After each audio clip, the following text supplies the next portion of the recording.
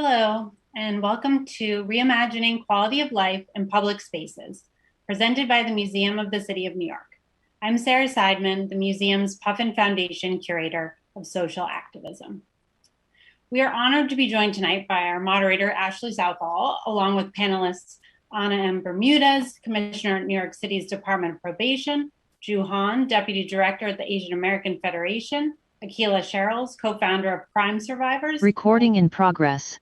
And Joanza Williams, Director of Organizing at Vocal New York. Tonight's program will close our three-part series, Envisioning Alternatives to Policing, which examine programs and techniques that activists and organizations in New York City and beyond have used to foster safety in their communities without police involvement. You can watch recordings of the past two programs on the museum's website or Facebook and YouTube pages, and you can watch tonight's program there as well. After it's over. The two past programs focused on mental health and violence prevention, and certainly these themes may come up again tonight in our broad-ranging conversation on safety, autonomy, and quality of life in public space. Before we dive in, I'd like to thank the Puffin Foundation for their generous support of Activist New York and its programming, of which this event is a part. And I'd like to thank all of you for tuning in, especially those who've tuned in to more than one program in this series. And for those of you who are able to donate for this event, we truly appreciate your support of the museum as we continue to navigate this challenging time. I'd also like to invite you to the museum, which is currently open Fridays, Saturdays, and Sundays with safety guidelines in place. Please check out our website, mcny.org, for more information and to register for timed tickets, as well as to see our full slate of upcoming programs.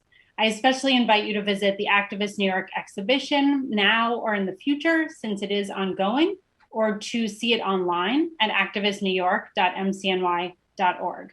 Both online and in person include a section on the movement for Black Lives, which explores many of the same topics as tonight's program through objects and images. Closed captioning will be available tonight. You can enable it at the bottom of your screen. We'll be taking questions from the audience throughout the program via Zoom's question function. We'll try to get to as many as possible at the end of the program.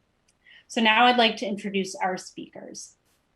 Anna M. Bermudez is Commissioner at New York City's Department of Probation and has a 20-year career in law and justice focused on the advocacy for children and teenagers. After graduating from Brown University and Yale Law School, she began representing children in family court cases at the Legal Aid Society. Bermudez has led citywide initiatives that focus on improving outcomes for court-involved youth through interdisciplinary collaborations. Ju Han is the Deputy Director at the Asian American Federation, which advocates for better policies, services, and funding that lead to more justice and opportunity for Asian immigrants. For the past 6 years, Han has managed a number of mental health, education, and capacity building programs for AAF. In 2015, she launched a 2-year citywide community education program to address the rise in bullying of Asian American youth and the impact on their mental health. Akila Sherrills is a spirit-centered activist working to promote healing in marginalized communities and community ownership of public safety. In 1992, Sherrills helped forge a historic truce between the Crips and the Bloods in Watts, Los Angeles. Now as co-founder of Crime Survivors for Safety and Justice, Sherrills is the senior advisor to the Alliance for Safety and Justice's Shared Safety Initiative and a consultant for the International Association of Chief of Police. Joanza James Williams is a Black radical queer abolitionist and socialist. He is currently the director of organizing at Vocal New York, a grassroots organization building power among poor and low-income New Yorkers.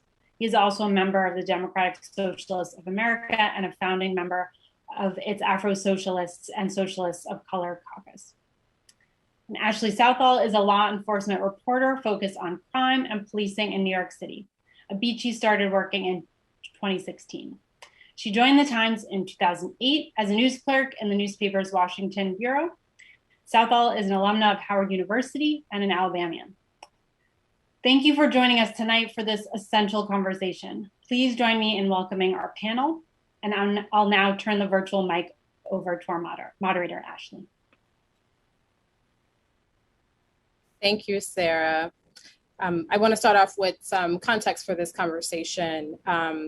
the police are a huge presence in our lives. And in New York City in particular, that has come about in part because the city is where the style of policing known as broken windows and quality of life interchangeably was developed and exported.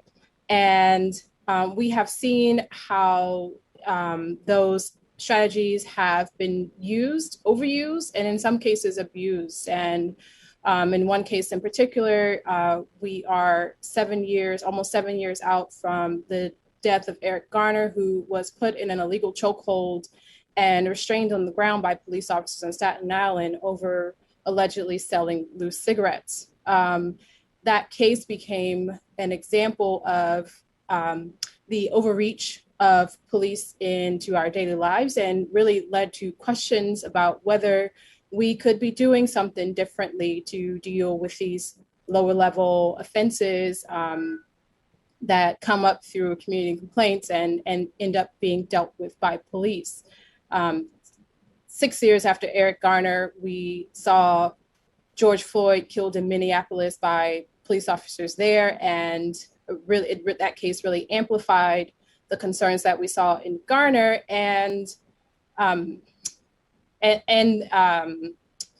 forced the country to really reckon at a national level with how to create safety without relying so much on the police. So that is the heart of our conversation that we've been having throughout these 3 panels, but especially here. And I'm so glad that we have these 4 guests. I'm going to start off the questioning by asking our panelists to each talk about what they do and how they came to their work. I'll start with you, Jawanza. Thank you so much, Ashley. Deeply appreciated. And also thank you to the City Museum of New York for hosting this conversation that's so prescient and we absolutely need. But again, my name is Jawanza James Williams. I use he, him pronouns. And the way I came to this work was being born Black, gay, and working class in these racist, yet to be United States. But more explicitly, the way I came to this work was in 2012. I graduated university in Texas, Shriner University. And, I actually contracted HIV shortly after that.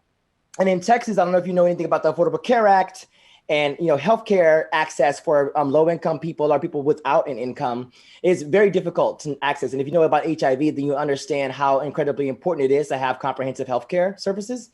So what I discovered was while in Texas that I wasn't qualified for Medicaid. And in a moment of sort of psychological crisis, I decided to visit a friend that lives in New York City.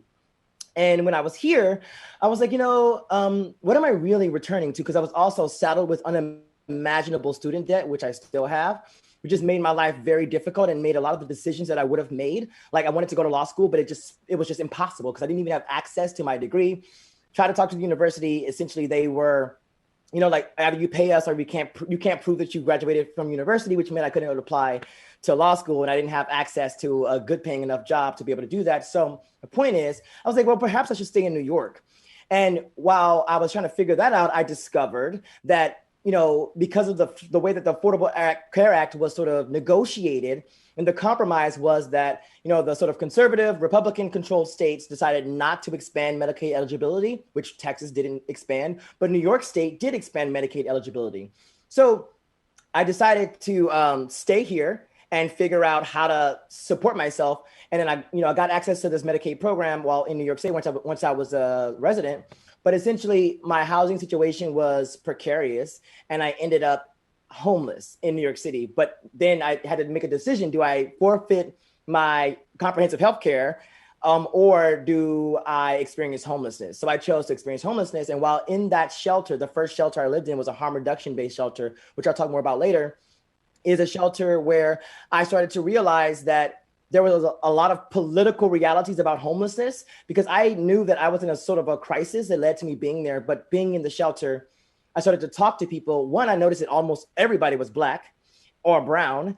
And, it's one thing to be in crisis and end up in a shelter, but another thing, I found this out by talking to people, coming into community with people experiencing homelessness, that I understand why you're homeless, but why are you still homeless? That's the real question. And I started to see that the same parts were racism, classism, all of these sort of xenophobia, et cetera. And I realized that the same ideologies, the same parts, the same structural failings that led to Black, brown people, poor people being shot, maimed, and killed by the police, were the same parts that were leading to a homelessness crisis that rivals that of the Great Depression in New York City, with a hyper-racialized reality.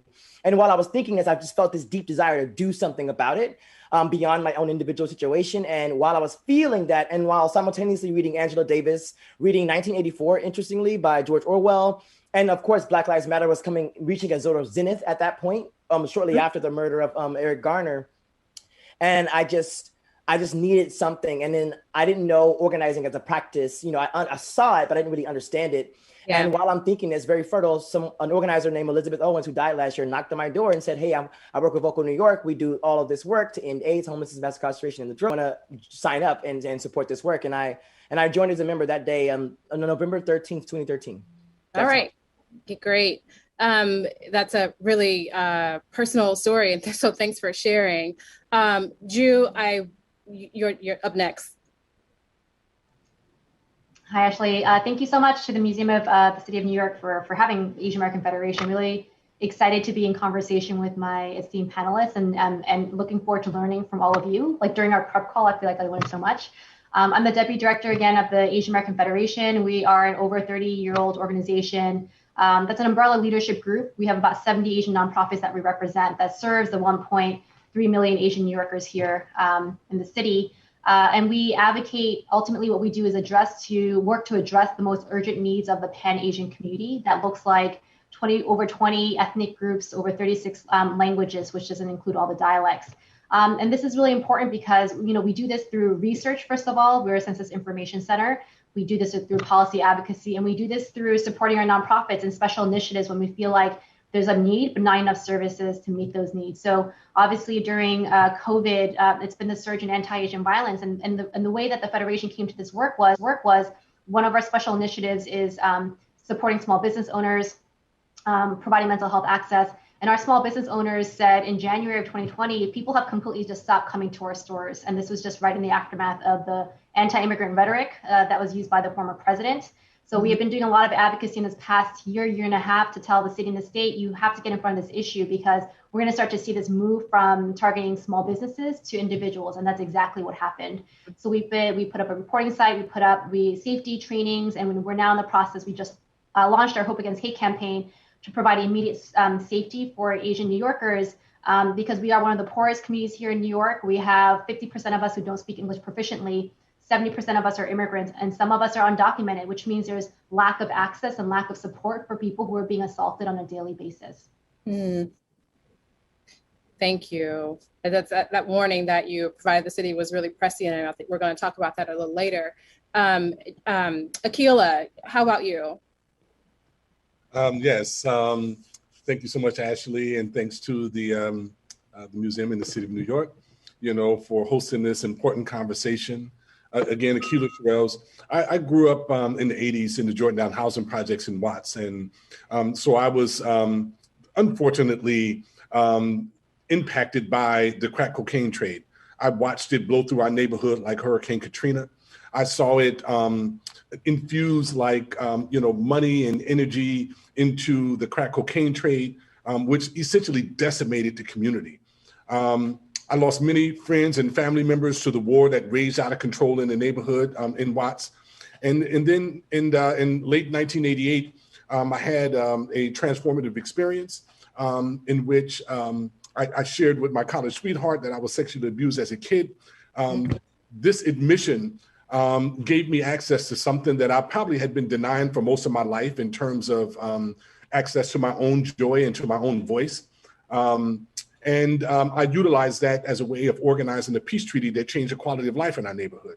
I co-founded an organization with the Hall of Fame football great Jim Brown, and we took that movement to some 15 cities across the country before the advent of social media. So essentially, American was kind of like the cure violence of its time, right? And so my work, has essentially been about creating complementary strategies around public safety in urban communities across the country. My latest iteration is that for the past 7 years, I've been directing the Newark Community Street Team, which is the City of Newark's community-based public safety initiative, And we've just had phenomenal results in terms of our work. We train residents as public safety professionals, and we engage them at key intersections in the community with the idea that that you can't have public safety without the public. And so we're changing the public safety narrative in this country by offering a complementary strategy that has evidence-based and community support. Yeah, and so that's what brings me to this work. Great. And Anna, how about you? Hi, everybody. Like all my colleagues here, thank you so much for having us and having this important conversation. So the probation, let me talk a little bit about probation because we're always confused with parole. So probation is not parole. Probation is a sentence that somebody gets after a conviction, and they are with us. We work with them anywhere from 2 to 5 years or much longer if someone happens to be convicted of a sex offense. But we service about 50,000 cases a year. So it's a rather large entity, but we approach our work from one size fits one client and community-centered approach, because we can't do this alone, and all the people we serve are parts of communities, are parts of neighborhoods, are part of other systems of care that we need to work with to be able to generate the growth, honestly, and behavior change that is needed to really exit the justice system permanently. So we play a critical role in the system, and it's often unsung, and unrecognized because we're at the center of real crime prevention. And so we anchor this work, like I said, in communities. And also we have, the approach that the officers take is one of coach as opposed to referee. In a lot of these systems, officers and the law enforcement people, it's like, oh, foul, you get ejected, or you don't get ejected, but you get the timeout, this and that. We invest in the people we work with and in their growth and in their communities. So what brought me to this work, I consider myself an accidental commissioner because I never set out to be in government, but I've always been guided by the notion that, all my life I grew up in Puerto Rico as a queer person, also as a woman. Just our society just loves to label people and discard them for so many stupid reasons, and that's just not justice. That's not okay. And as part of government now, I can be in that position to humanize a system that really tries to crush people. So that's my passion, and I'm really happy to be here discussing this. I muted myself because the sirens were going crazy outside, but I appreciate your answers, and it's a really great framework to start with. So I just want to go ahead and into some current events. Ju, you mentioned the attacks against targeting Asian Americans and immigrants, and the city's response to this, to not only to the anti-Asian bias attacks, but to the random assaults in the subway and elsewhere, by requesting and adding more cops. Some are all out, more cops in the subway, undercover cops in Asian enclaves, kind of sitting as decoys. Describe what the problem is with this approach and how it can be done better. Sure. I think what I want to note is across just reporting platforms, our reporting site, Stop API Hates, which is a national site, NYPD and Commission on Human Rights, we've captured at least over 1,500 incidents from March of last year to March of this year, right? And that's only 10 to 30% of the actual number of incidents targeting Asian New Yorkers. So we have the dubious distinction of being the city with the greatest number of assaults against Asians in the US. So that's one. In this past year, when the budget of the NYPD was untouched, whereas social services funding for Asian nonprofits was gutted, we still saw that great surge happening against Asian New Yorkers. So that that police presence, that resource wasn't something that was preventing attacks from happening. So that to put more resources in a place where it didn't really deter attacks was confusing. And community leaders weren't consulted about that move, right? It was sort of a knee-jerk reaction. anytime there's a sense of lack of public safety, it's to throw more police into the streets. But as I mentioned, the majority of cases don't get reported to the NYPD. Granted, in the first quarter of 2021, we saw more assaults against Asian New Yorkers than all of 2020, but we're looking at a ballpark in 2021 of like 80 attacks, whereas I just told you we had 1,500 that have been tracked by community organizations, Commission on Human Rights, not NYPD, right? So to put more people, undercover cops in neighborhoods like Asian enclaves, we're again responding in a way that's not actually going to resolve the issue. And people in our community, for different reasons, they don't go to the NYPD, right? There's language barriers, cultural barriers, but there's also distrust of government oftentimes, right? Some folks in our community are undocumented. To have more undercover presence in ethnic enclaves where people live and work is not necessarily safe for a lot of folks, right? So it's a reactive and not a preventative preventative solution. And we know that most of the assaults have been verbal, 70% approximately. So an undercover cop sees an incident that potentially could be de-escalated without more violence, their intervention at the wrong time could escalate that situation and potentially put it into something that could become physically violent, right? So if we're trying to prevent attacks, we have to actually also think about some of the perpetrators. We know very few, less than 1% of people with mental illness are violent, but unfortunately some media coverage in recent news has been shown that folks who have needs, social service needs, are the ones who've been targeting Asian New Yorkers. We don't want to criminalize them. We want to connect them to the services that led them to that point of targeting Asian New Yorkers, right? We don't want to continue to snowball the problem. And we want to figure out how to put community-centered solutions, like we just mentioned this during the intro, was community-centered solutions. Community has to be a part of the solution. How do we train safety ambassadors who can de-escalate situations, who can put more community information out into the community to escort people so that they can be a deterring force in neighborhoods, right? How do we include upstandard training so all of New York understands this is not an Asian issue, this is a New York City community issue, so everyone feels like they're part of the solution. And there's education that needs to happen, solidarity building between communities of color that also has to happen. That's all preventative work that takes investment and time, and not, again, knee-jerk reactions of sending more undercover cops into neighborhoods, but not safe for anybody, because oftentimes the folks who get targeted are Black and brown New Yorkers. I'm going to remember to unmute myself next time. Thank you. I'm going to, addressing another current event, New York City Pride recently decided that police officers could not participate in the march in uniform out of concern that that is triggering and for some people who fall outside what we consider the mainstream, right? Or for Black and Latino, queer, lesbians, and also people who have just had communities that have just not had great experiences with the police, either because of their gender, their sexuality, or their race. And Anna and Juwanza, I just want to ask you briefly what you make of Pride decisions and how they decided to handle that. Okay, I'll start. I don't think it's just triggering, first of all, Ashley. I think it's antithetical to the purpose of Pride.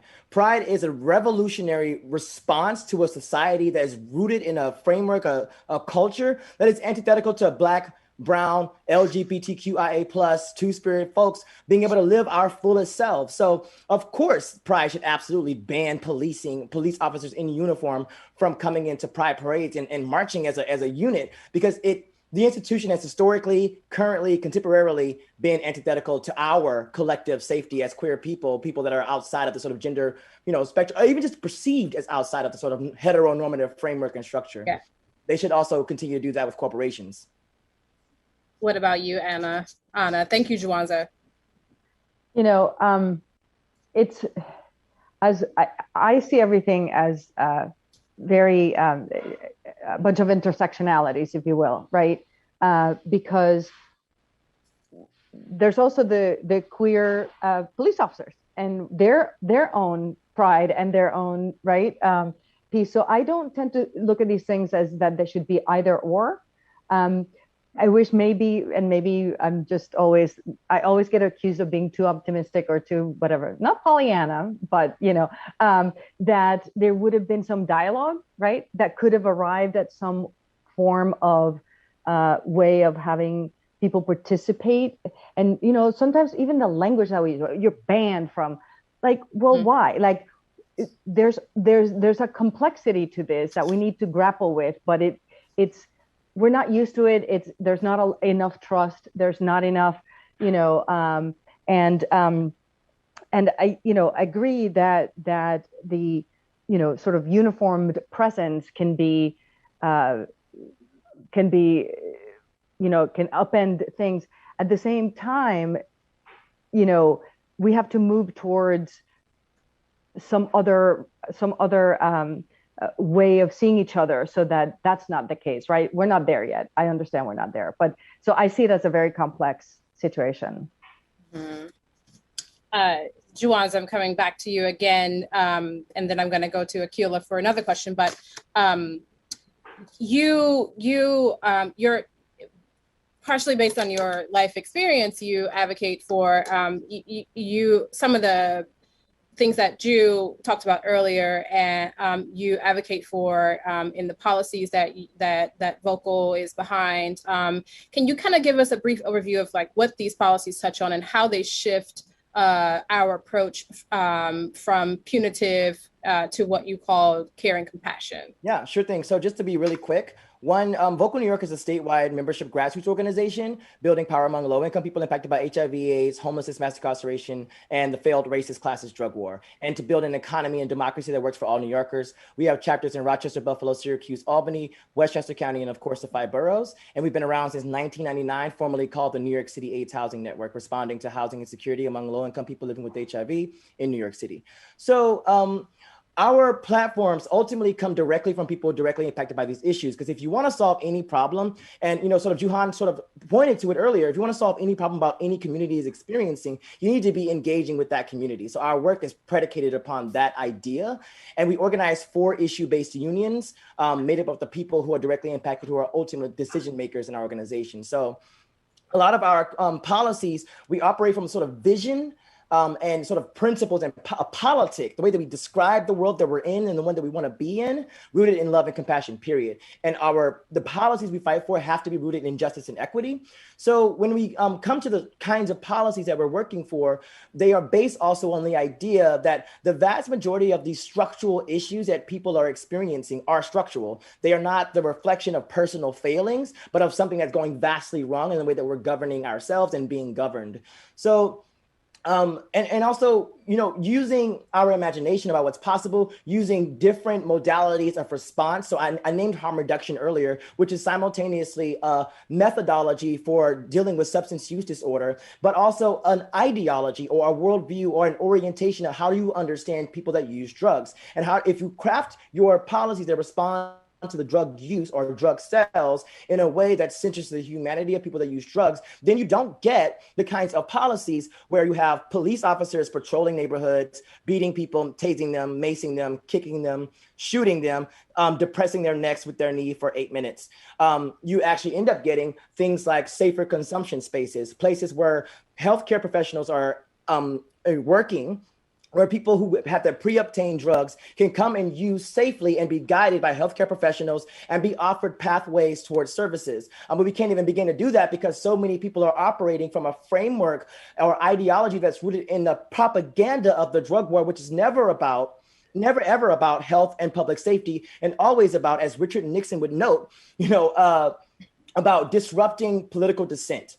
In particular, when the drug war was launched in the United States and now exported across the planet, it was launched specifically to disrupt the anti-war left, people that were, anti-Vietnam War, and specifically to disrupt and destroy the potential of radical Black left movements in this country that were happening at the time, because you couldn't criminalize people for their politics and you couldn't criminalize Black people for being Black, but you could criminalize marijuana, which was associated to hippies, quote unquote, and you could criminalize heroin even more so, which was associated to Black people, then use that drug war as a vehicle to disrupt those sort of that political power being built and class and race solidarity, disrupt that, and then create a vehicle that becomes the primary tool of mass incarceration. Because of course, the drug war or the perception of drug use or the perception of drug sales is oftentimes the entry point that police use to engage with vulnerable people, in particular Black and brown people. And then it's also the reason why whenever they do kill us,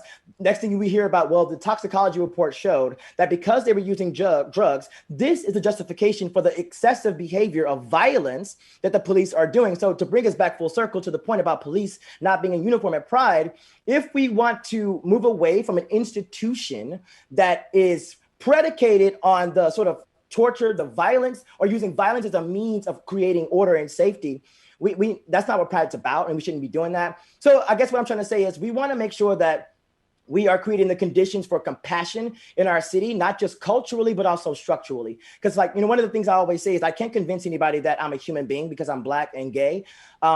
But I can make sure that they honor that by making sure that we have the kinds of policies that are protective and proactive when it comes to the kinds of issues that we work at Vocal New York. And we want to do that in a way that's human-centered and that's natural whenever the people that are impacted by the policy or lack of policies are the people crafting the policy themselves. Mm-hmm.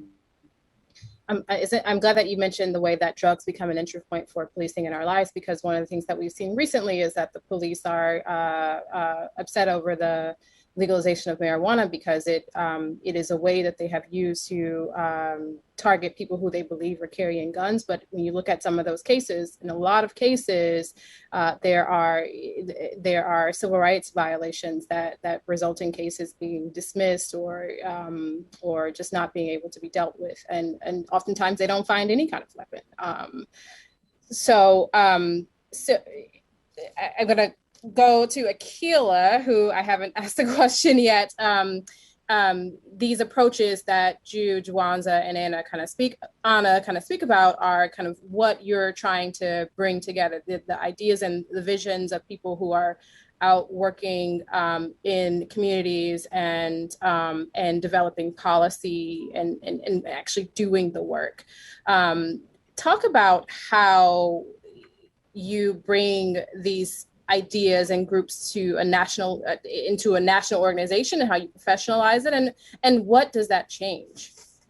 Yes, so for 30 years, I've been doing community-based public safety work. And I say community-based public safety because traditionally we call this work gang intervention or crisis intervention or street outreach work. But the practitioners, we got together last month, we produced a national scan called Redefining Public Safety, in which we looked at, our field of work, and we decided to define it for ourselves. Because we're done with being defined, by the system, right? The label gang, right, was given to us because it was meant to dehumanize the person behind it and desensitize the public to the plight of the cry of these young Black and brown, youth and young adults who are crying out for help in a system that really didn't see them as human, nor did it actually respond. The criminal legal system never really responds to our need. It was why we have this whole raise of the false narrative called Black on Black crime. Black folks spend hundreds of billions of dollars on public safety infrastructure in this country. Since when did we become responsible for our own safety, right? In our respective communities. So community-based public safety is a national movement. It encompasses organizations like Cure Violence and Advance Peace and the Professional Community Intervention Training Institute. We don't do this work willy-nilly in the neighborhood. This work is organized and is codified, right? It has evidence-based results and it has community support. Because I know that right now, traditionally you say public safety and people say police. And the reality is that police are only one aspect of the public safety process. You can't have public safety without the public, right? And crime stat says nothing about whether or not people feel safe in their respective community, because public safety is not just the absence of violence and crime. It's the presence of well-being in the infrastructure to support victims and survivors in their respective healing journey, because victims have to be at the center of public safety policy and public safety strategy. Right.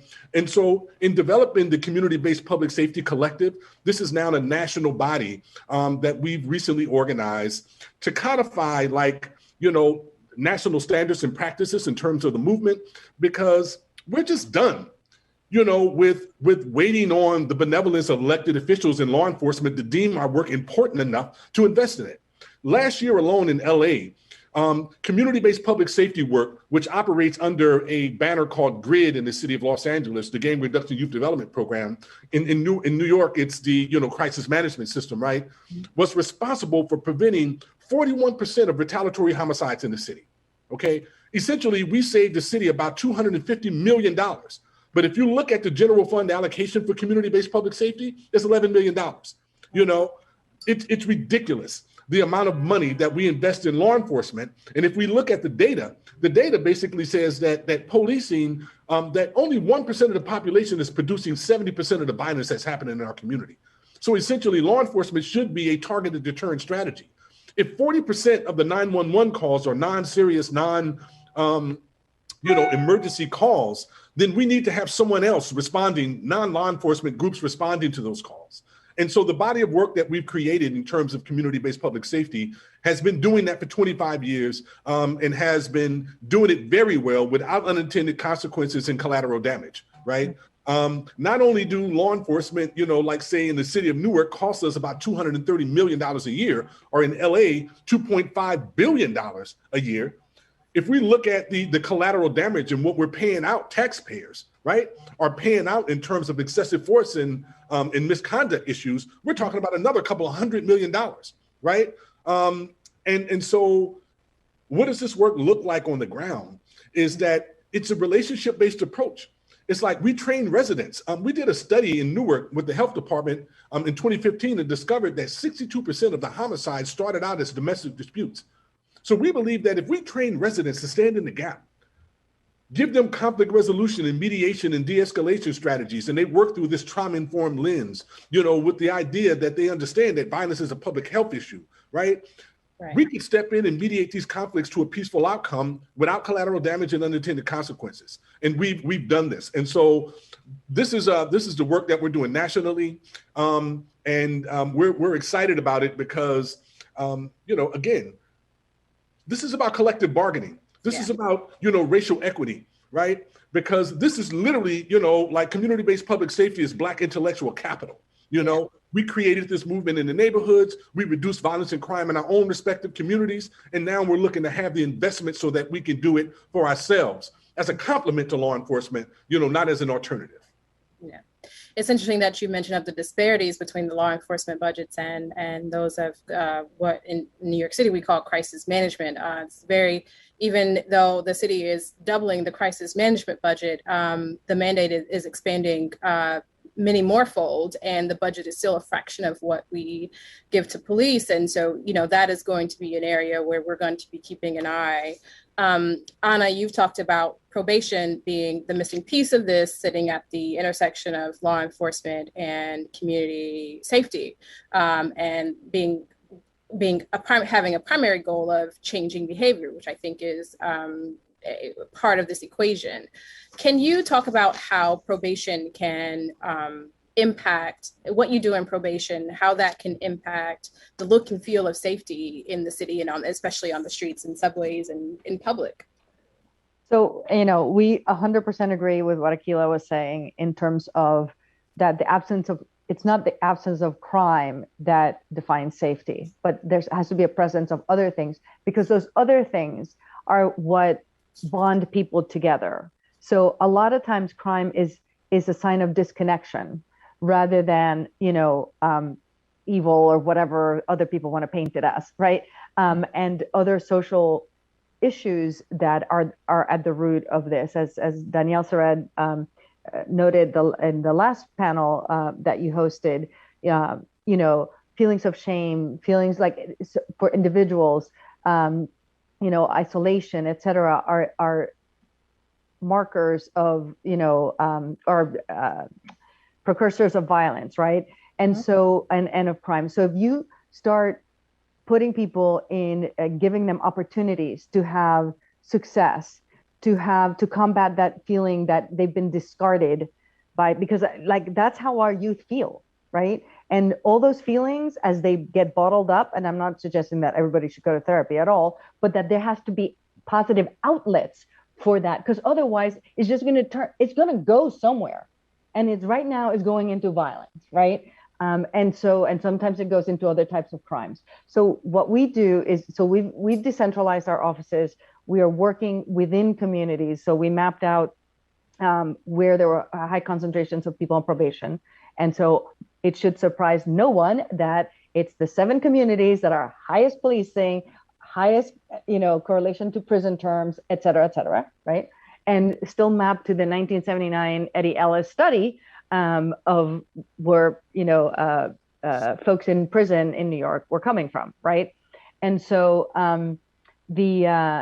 so in these offices, some of which we are co-located with other service providers, and some of which are our own offices that we turned into what we call neighborhood opportunity networks, NEONs. And what distinguishes the NEONs is that, first of all, each of them has a stakeholder group that comprises people from the community and probation folk, and they have decision-making power together, and they have direct access to what happens at the NEONs.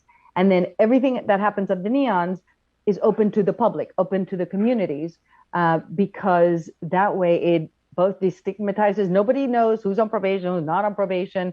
Sometimes the programs have, more people from the community that people on probation, and vice versa, et cetera, right?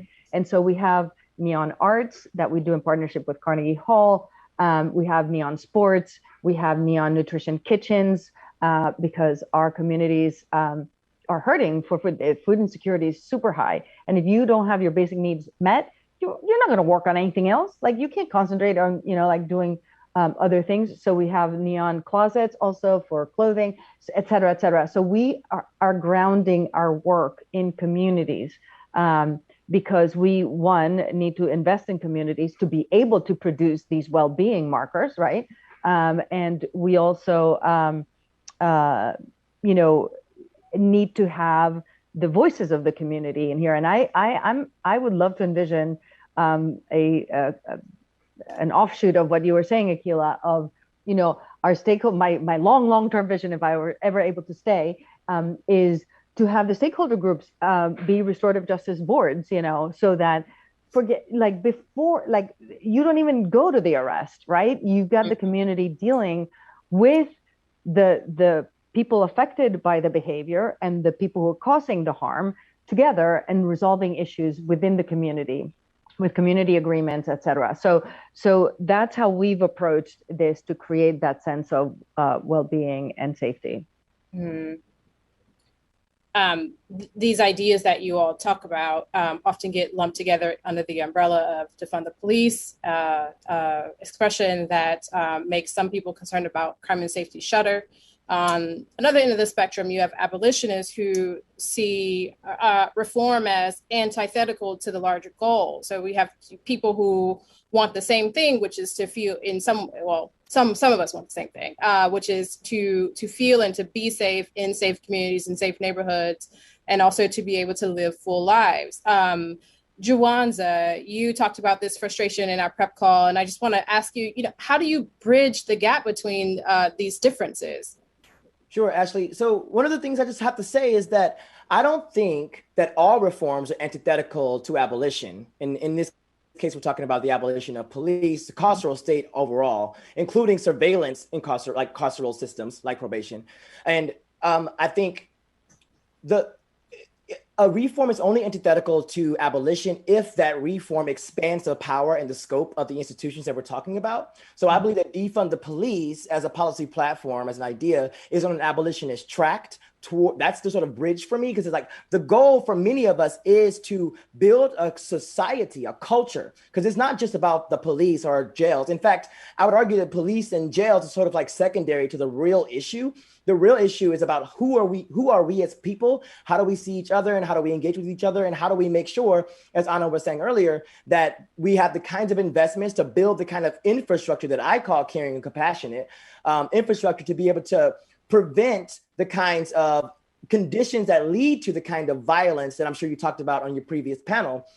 So, I think it's important for us to understand that abolition is about, it's a holistic, comprehensive analysis and envisioning of what is possible. But it also does require us to challenge the notion that institutions that have existed for a couple of hundred years in this country, that they are they exist in this sort of psychic way in the collective consciousness as these fixed institutions that can only be reformed, it cannot be abolished. But the reality is it can be, we can move away from that. And Akilah and everybody here is talking about the parts that can really help us get there. Now, can we get there today? We still have very real violence we have to respond to. And that's why I think that defund the police is like sort of begin the building blocks for the kinds of policy, cultural, and socio-political shifts that we need to happen where we can do away with these institutions altogether. And that's probably like 100-year path, but we have to start it somewhere.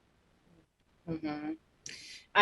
Thank you, Juwanza. I'm going to pose a similar question to you, Ju. These issues can be divisive among diverse groups that, on the one hand, experience crime victimization, and on another, deal with police abuse and neglect. I've heard stories from people of Asian descent who go to precincts and get basically pushed away. And so I wanted to, and that's not just people of Asian descent, but sometimes Muslim communities have this issue, and people on the LGBTQ plus spectrum of gender and sexuality. How do you convince people that shifting resources from policing to these community-based approaches will not leave them unsafe? Yeah, and I feel inspired every time my panelists speak, because I feel like I also have so much to learn. But so much of what they say, I just want to say like +1 +1 +1. It is shifting the framework, right? These systems that were set up, policing again to brutalize the Black community, but it's what people know. So when you ask people in our community, and granted, there's been a spectrum of responses, and they've said, "What do you want?" They said, "I want to feel safe. I want to feel secure again." And then when some of them, recent immigrants, right, who only know that system, say they want more police, when you actually prod them or probe a little bit about that, it turns out that they feel ambivalent about that, right? They don't trust the government. They don't feel like the police care about our community. In New York City 2021, we are still grappling with a model minority myth that Asian Americans are doing fine, yet we are one of the poorest people here in New York, that we don't need help, that we are wealthy and highly educated. Not true, right? We have the biggest wealth disparity in our community. Some of the poorest people here in New York, like Bangladeshi Americans, have really high rates of poverty, 33%, way higher than the city average, right? So when you have to provide them with alternatives. So like Akilah was saying, is like this model that we've, the community, like working with our community to provide that safety. If you provide them with alternatives to safety, then they know that there's systems beyond policing exist, right? And we have to socialize the hell out of that message.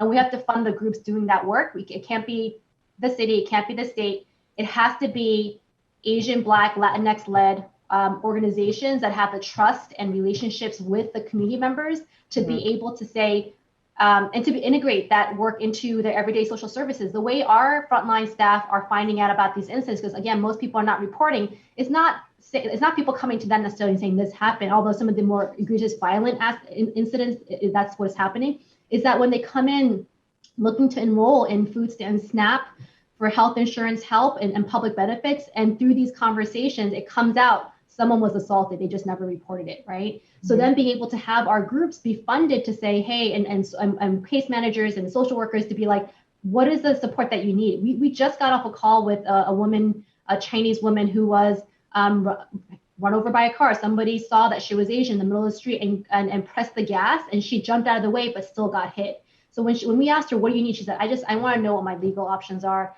I am so scared about the hospital bills that I might get. I can't go to work, and I'm afraid I'm going to lose my job, right? Because she's physically and recovering, and she's emotionally, psychologically traumatized. If we say there are these resources that you can depend on, then people know that they're not alone. They, again, having to reframe and expand what public safety looks like. And again, it's our community that said public safety is whatever contributes to the wellness of our communities. Then that's the work that should get funded. It should not be these models that sometimes get imposed on us from city and state levels, or from people who've designed programs that completely don't work with our communities at all. And it's based on relationships, like connect the people who have relationships with the victims or people who survive some of these attacks to socialize that message and to be their advocates, to make sure that they're not suffering by themselves. All right. I'm going to ask one more of my questions, and I'm going to shift to some audience questions because they're rolling in. I wanted to ask, Akila, you've talked in a similar vein about identifying non-traditional leaders. Who are we talking about? And what you also mentioned that, you know, what happens in jail has a direct correlation to the street. So who are these people who can be the leaders who help sequence this information and turn it into transformation? Absolutely. So non-traditional leaders, ex-gang members, ex-convicts, ex-drug dealers, you know, seniors, like, you know, folks who are not seen traditionally as leadership in our respective communities. A lot of our folks who are on our team have been justice involved. They paid their debt to society. They've atoned for their wrongs. They're the most credible voices, you know, in terms of respect in community. And so those are the individuals that we train, and deploy at those key intersections in community to be able to respond, you know, to violence and to provide comprehensive alternatives. This work is not just, you know, like high-risk intervention or outreach workers. It's an ecosystem of service providers, you know, that all work together in order to, you know, provide a set of comprehensive services to folks so that people feel seen and we actually meet, you know, the needs of folks, you know, in the community. Yeah. So how those people that you identify, people who are ex-cons, ex-gang members, you know, because there's so much stigma attached to those labels, and their work requires them getting trust from both the kind of youth that Anna works with who feel discarded, but also people who are kind of invested in the system as is. How do they, how do you train them to do that? Yeah, so there is, I mean, there's a multi-tiered like approach, right? In terms of getting buy-in. I mean, it took us 3 years for law enforcement to realize that they needed us more than we actually needed them, right? Because community has more intelligence than law enforcement will ever have. And see, we used to think that you make an arrest, right? And the problem is solved. You know, Pookie is locked up in jail and all of the problems are straight. But as you said, there's a direct correlation between what happens in prison and what happens on the street. You know, Pookie can go to jail and pick up the phone and call a shot and knock off somebody's head right in the street and vice versa. You know, so, you know, just in terms of the maintenance work that has to go into mediating these conflicts, you know, to a peaceful resolve is extremely important. And then also it's about showing up consistently. Again, it's about professionalizing the field as well.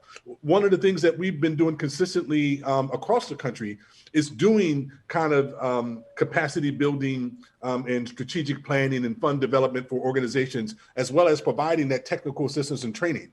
I mean, you know, there are multiple national models that exist out here.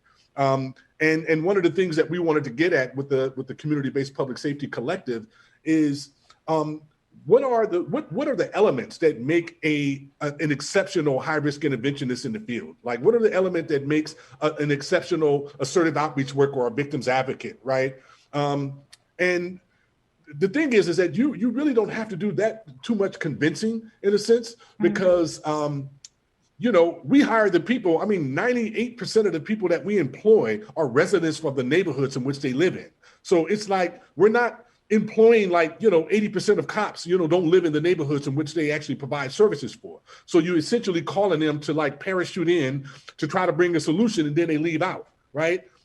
This model and this strategy basically invest in people who live in those communities. We want to hire Miss Sharon, you know, who is a neighborhood mama that know everybody on the block. You know, we want to make sure that she understands public safety policy and civic engagement, so that she can play a strategic role, not only in helping to mediate conflicts amongst her neighbors and maybe her sons and daughters' friends, but also she can play a role in policy conversations, you know, when it comes to public safety dollars that are coming in our neighborhood, right? We launched something called the Public Safety Roundtable in the South Ward in Newark, which was traditionally the most violent neighborhood in the city, right? And essentially residents organized this forum to hold law enforcement, elected officials, you know, faith-based groups, community-based organizations accountable for public safety services that they're providing in the neighborhood.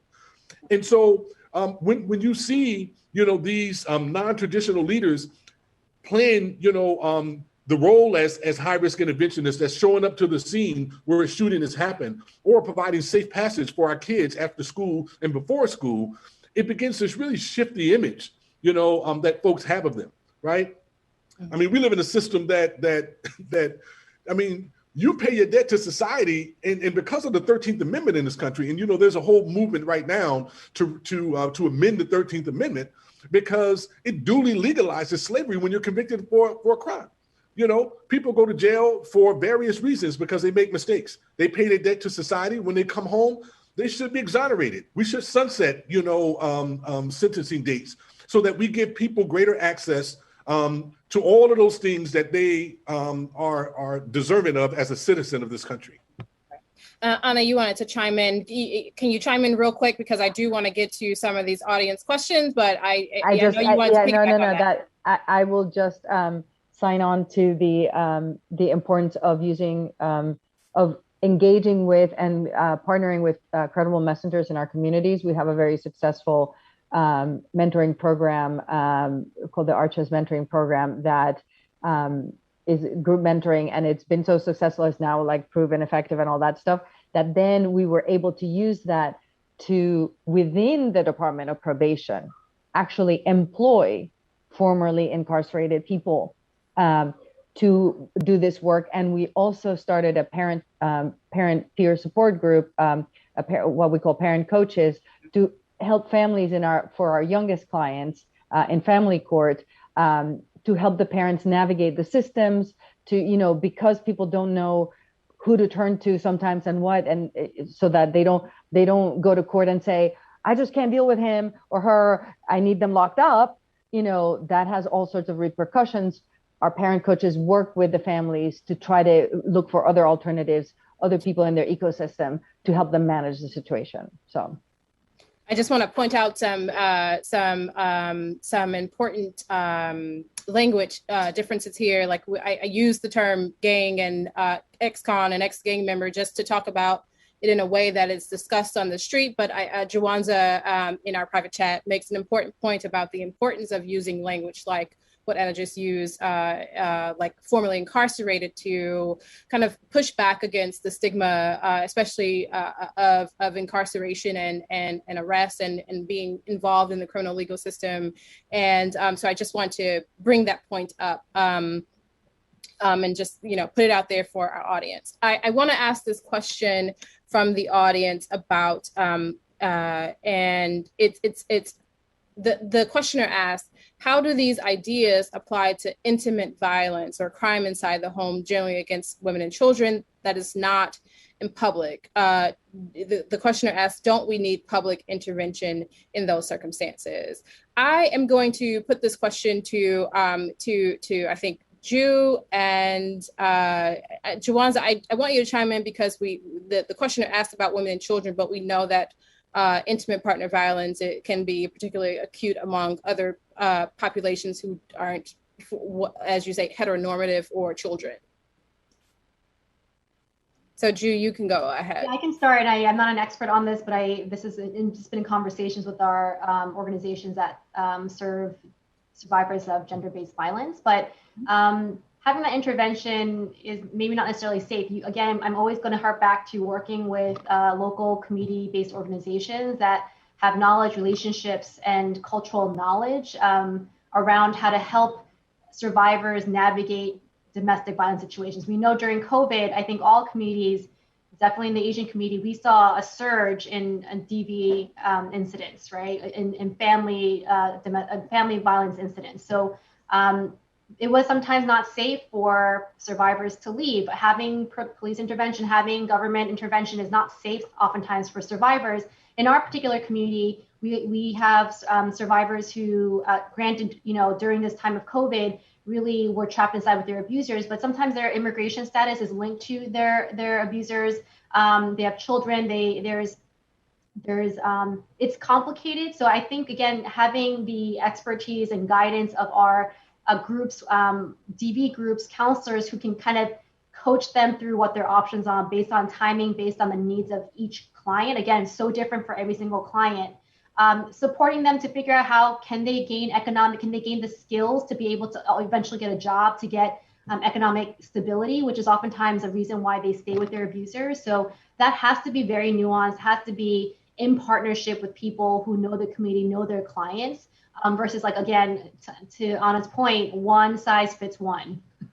Definitely don't want to swoop in and enforce something that really actually can cause more harm than can resolve the issue. Mm-hmm. And Jawanza. Yeah, I think I pretty much virtually totally 100% agree with Juhan. I think that this is a question about culture again, and about like woman, anti-feminine society that we're living in.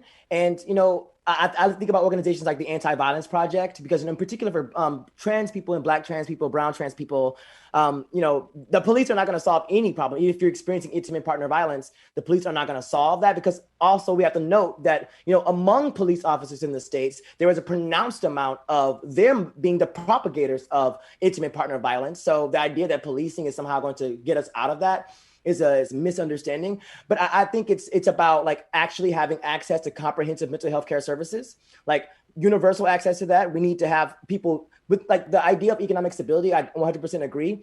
Like if we lived in a society where there was no homelessness, perhaps a person would not be afraid of leaving their work. And I'm naming this because I organized LGBTQ youth experiencing homelessness for 2 years. And those young people, oftentimes when they were in difficult situations, you lose your ability to negotiate, you lose your agency whenever your livelihood, your housing, your access to money, your access to food is tied to the person that is committing abuses against you.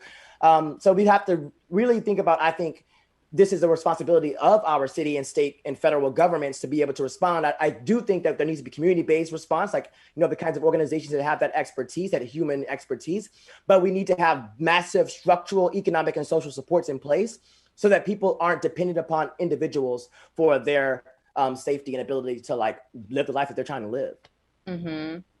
Can I add something? Yeah, go ahead. This is, while there needs to be intervention, I am not convinced it is police intervention. And the police themselves, I mean, we deal with them enough to know that they are not comfortable in these situations. And they do believe that arresting, which is the mandate, once you pick up that phone and you call you call the police, they will arrest. And and this is not a public safety in the same sense of, community violence and so on and so forth. This is an interpersonal and family safety issue, true, and it requires intervention. But does it need to be the police? No, I don't think so. There's other models. Imagine if we created a violence interruption, adapted, right? The violence interruption that we have now for gang violence or gun violence or whatever into a family violence structure. And we treated that as a public health issue, which it is. It is not a policing issue. And so I think we have to get much more creative and much more really thinking outside the box on the issue of intimate partner violence and family violence. Mm-hmm. I'm going to turn to a geography question for the panelists, and I particularly want to talk to Akila because he's done both coasts. The question is, how do the panelists think that the difference in the built environments, the physical public space, and the layout of LA versus New York City impacts how policing and alternatives that you suggest play out? And so I'll start with you, Akila, and if one of the other panelists wants to chime in, that'd be great. Yeah, I think that currently, how we police cities, how we determine how many officers we need to patrol like city blocks is made up. They just pull this thing directly out of the air, right? And so there's not a whole lot of science behind it. And so therefore, I think that there's lots of room and opportunity for us to really reimagine the way that we actually police cities, or that we provide like kind of public safety in cities. LA is such a different place in terms of the East Coast. LA is like kind of palatial and flat, and everything is 20 minutes away. And then on the East Coast, everything is tight together and goes up, right? And it's such a different dynamic, in terms of people. With weather, I mean, weather has a huge impact on people's imagination and how they actually engage. I'm like, all of these things are really important pieces in terms of the geomancy, of a particular place, right? And so, yeah, I think that the work that I currently do in Newark wouldn't be possible actually to do in a place like LA, just because of the way that LA is laid out. LA is a community that I would say LA is like one of the most segregated cities in the country, and people, it wasn't built for community. Like, people were really disconnected from each other. There's a lot of distance, so that it's hard for people to make the connection with each other. Whereas on the East Coast, people are like kind of up on top of each other. And so people are almost forced to kind of like be together and have to deal with each other. And so it creates a different type of dynamic in terms of the work.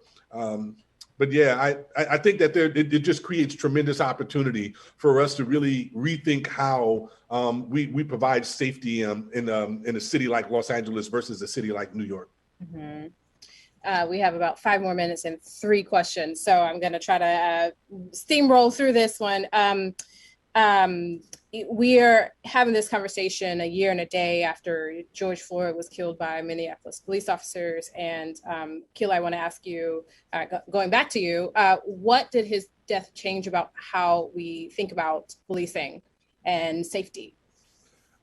George Floyd's death was an inflection point in this country in terms of public safety. I mean, so traditionally you say public safety and people say police, but I think that George Floyd's like kind of death really signaled to the American public that never again should we see law enforcement as a single point of contact for safety in our respective community.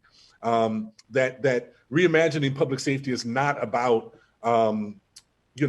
procedural justice training and de-escalation strategies for the cops only. It's also about an investment in a community-based solutions and community-based strategies, right?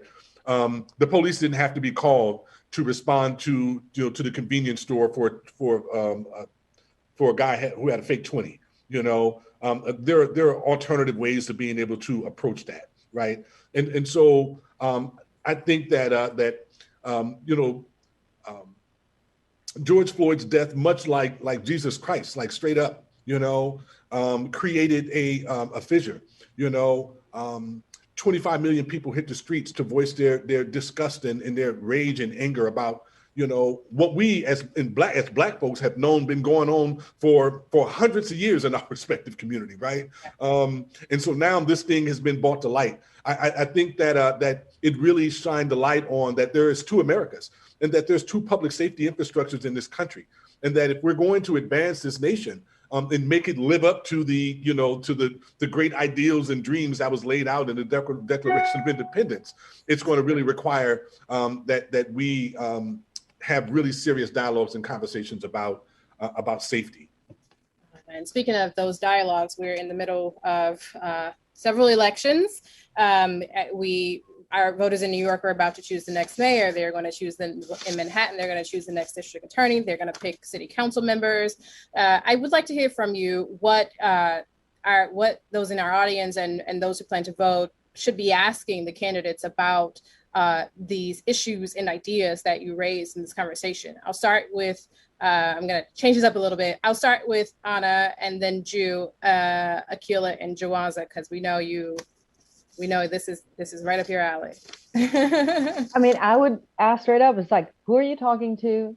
And how are their voices, incorporated into what you're planning on doing, and the people who have a true community approach and value community are the ones that are going to have the better platforms and the better ideas and so on and so forth.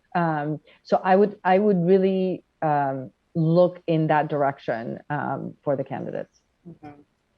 I forgot who I said second. I hope y'all remember. I can jump in. I'll keep it short. I think the mayoral candidates, the council member, city council candidates, they're going to have to lead with bold solutions that lead with racial justice, right? COVID, disproportionate impact on communities of color, but with police brutality affecting the Black and brown communities, anti-Asian violence happening unless they're centering that in the solutions they propose, it's going to be, there's silence on, no one wants a restoration of things. That restoration of systems of access never worked for us to begin with. And especially in this time that's, as Akila said, laid bare the lack of access and actual equities for us as communities of color.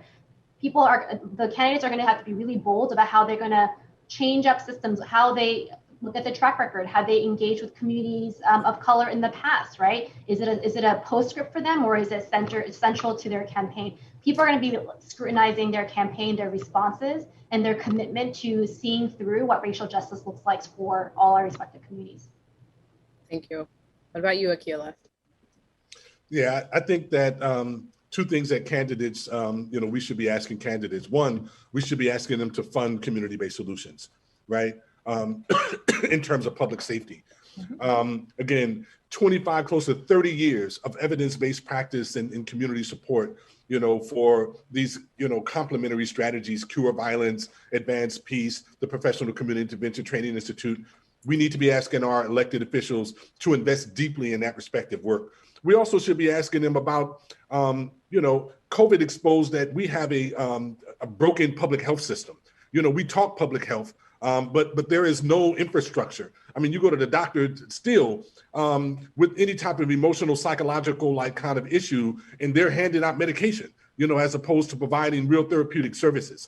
So I think that both public safety and public health are key infrastructure pieces that need to be invested in our respective community.